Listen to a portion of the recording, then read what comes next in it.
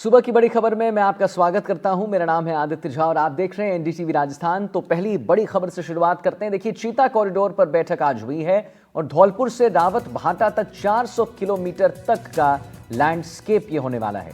रणथंभौर में मध्य प्रदेश और राजस्थान वन विभाग के अधिकारियों की बैठक हुई है। बैठक में मोमेरेंडम ऑफ अंडरस्टैंडिंग करने की योजना पर चर्चा होगी। विशेषज्ञों की मौजूदगी में राजस्थान में चीतों के भविष्य पर चर्चा होगी। जैसे हमने आपको बताया, मेमोरेंडम ऑफ अंडरस्टैंडिंग करने की योजना पर भी चर्चा होने वाली है और राजस्थान में चीतों के भविष्य पर भी अहम चर्चा होने वाली है।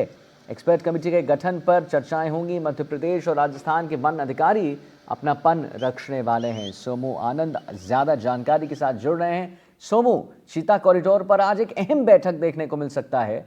400 किलोमीटर तक का ये लैंडस्केप होगा, ये बातें सामने आ रही हैं। क्या, किन मुद्दों पर, किन बातों पर मध्य प्रदेश और राजस्थान के वन अधिकारियों की बात आज होने वाली है और कौन से पक्ष वो रखेंगे?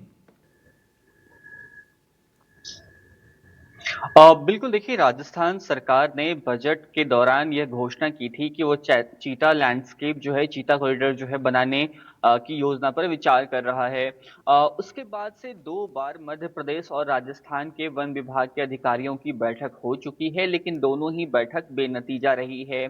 आज की बैठक से उम्मीद है कि कुछ निकल कर आ पाएगा और ये योजना आगे बढ़ पाएगी।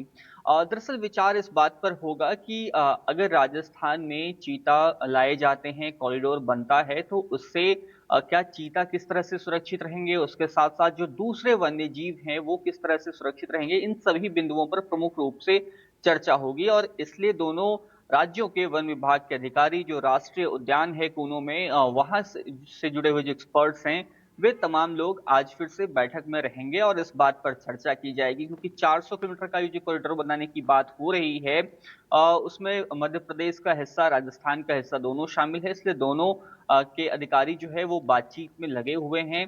आज ये इस मामले पर तीसरी बैठक है, इससे पहले भी 2 बैठकें हुई हैं, तो ये काफी महत्वपूर्ण माना जा रहा है। अच्छा सोमू, एक बात बताइए। जैसा आपने बताया कि 400 किलोमीटर का एक कॉरिडोर बनने वाला है, यहाँ पर मध्य प्रदेश के साथ जल्द ही एक मेमोरेंडम ऑफ अंडरस्टैंडिंग, जो एमओयू हम कहें, वो साइन हो सकता है। क्या कुछ मेन ऑब्जेक्टिव्स रहेगा और मेन बात रहेगा इस मेमोरेंडम ऑफ अंडरस्टैंडिंग में? देखिए आदित्य, ये सभी चीजें निर्भर करेंगी कि आज बैठक में क्या इस बात को लेकर के सहमति बन पाती है, नहीं बन पाती है। अगर सहमति बनती है तो एक्सपर्ट कमेटी जिसके गठन की बात हो रही